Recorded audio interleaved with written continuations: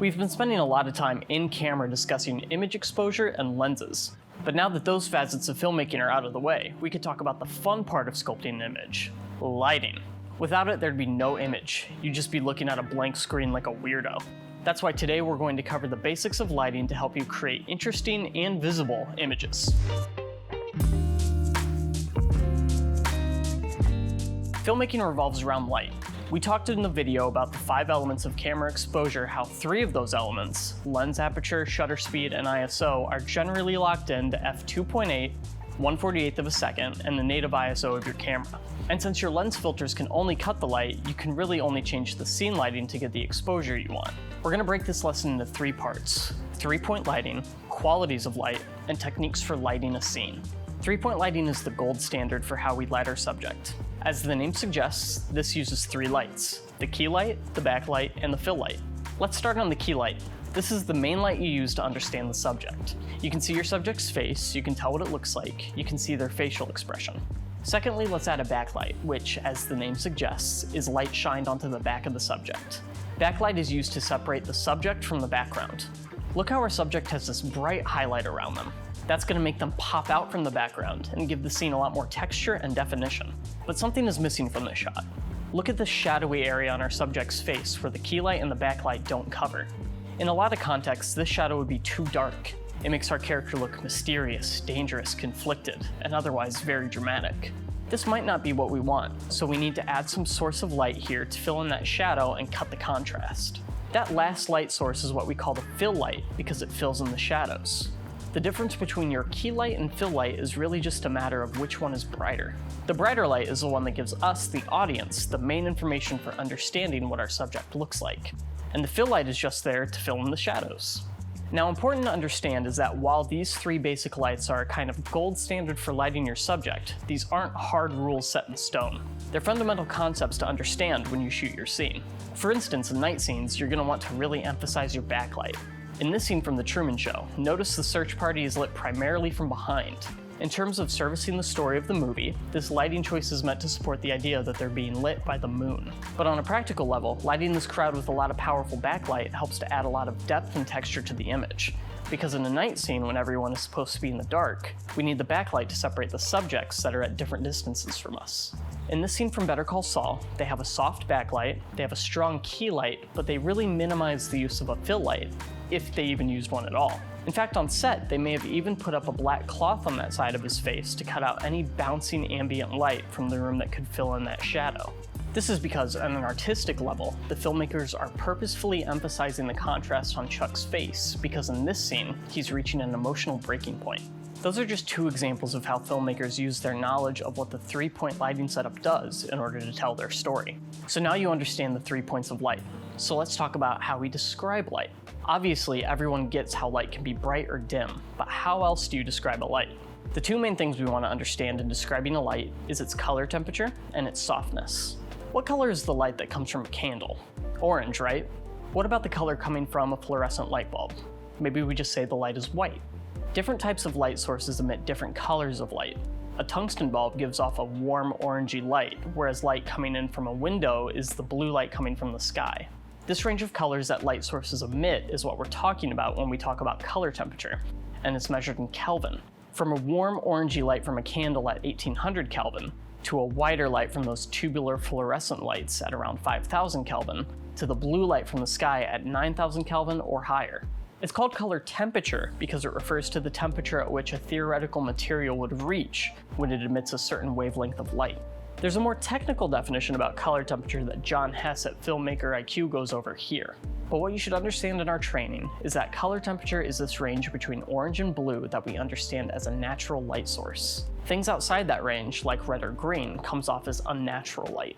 But daylight, a very blue light source from the sky, or your home fluorescent and LED bulbs that are a bit more middle range or even orange, both tend to be interpreted by our brains as natural light, or even all of it as broadly white light. But if you look through a camera, you'll immediately notice how drastically different blue daylight is from orange bulbs. And so we need to set our camera's white balance, which is the setting that tells our camera which color along that color temperature range should be interpreted as white. If we tell our camera to choose a warm 2700 Kelvin as its white balance, then everything else will seem bluer. If we choose a blue 6500 Kelvin as our white balance, everything will seem more orange. You'll want to pick your white balance point to be the color temperature of the main lights in your scene, normally with the goal of making your skin tones look as natural and healthy as possible. If you mismatch your color temperature from your white balance, you can get an image where your subject looks very pale and blue, or where your subject looks super yellow. When you get it right, their skin will look natural, and the rest of your scene will just look more realistic. And this should also inform your choices on what kind of lighting equipment to bring with you on set. On a recent documentary we shot, we actually unscrewed the light bulbs at our subject's house and put in our own bulbs so that we could make sure that they were not only the same color temperature, but also so they were the right color temperature for what we were going for, which was a very blue morning daylight scene. Now, the other quality of light you'll want to look for is how soft your light is. Look at this dramatic scene from the classic movie Casablanca. Notice how sharp those shadows are. I'm not talking about how dark the shadows are, I'm talking about how sharp the distinction is between the area that is lit by the key light and the area that isn't. Now look at the shot from the movie Marie Antoinette. Look at how the light on our characters' faces gradually goes from bright regions to the darker regions. There's a gradient between light and dark. We call that the roll-off of the light. It's very soft. The difference between the sharp shadows of Casablanca and the gradual roll-off of Marie Antoinette is what we're describing when we talk about soft versus hard light. The way we get a hard light is by having a relatively small source of light. The sun, for instance, is a relatively small source of light because it's this tiny circle in our view from where we are millions of miles away. The way we get a soft light is by having a relatively large source of light. If we hang up a large white diffusion in front of the sun, the whole surface area of that diffusion becomes our light source. When we have a small source of light, that means that light is hitting our subjects from a small point.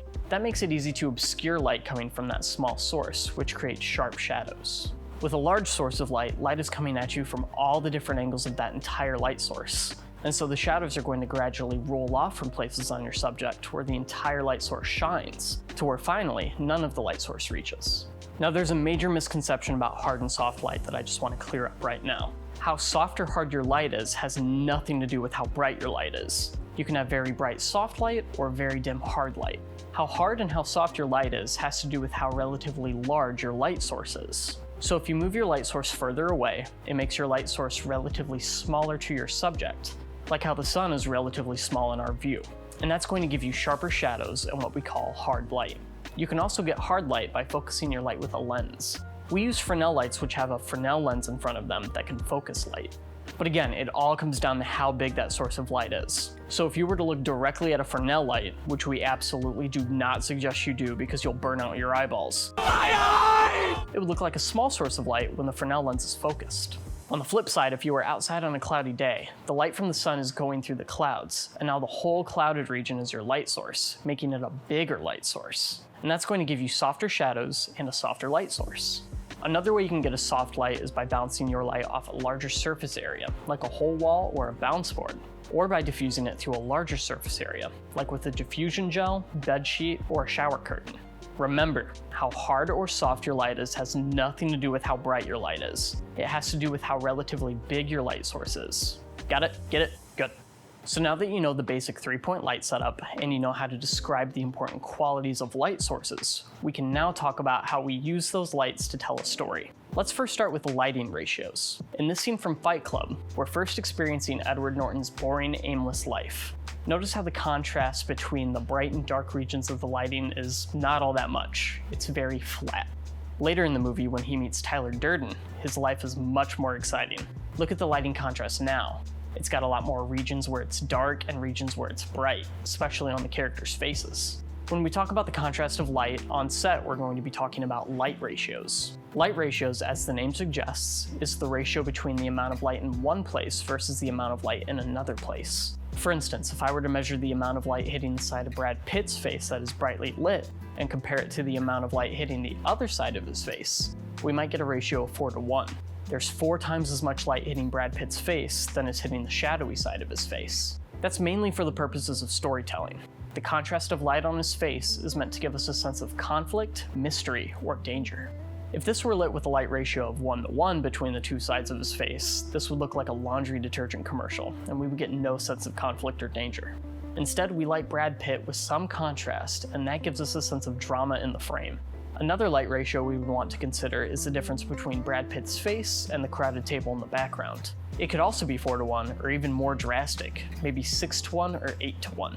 If the background wasn't so dimly lit, those background actors could be distracting to us as an audience because their brightness would compete with Brad Pitt for attention.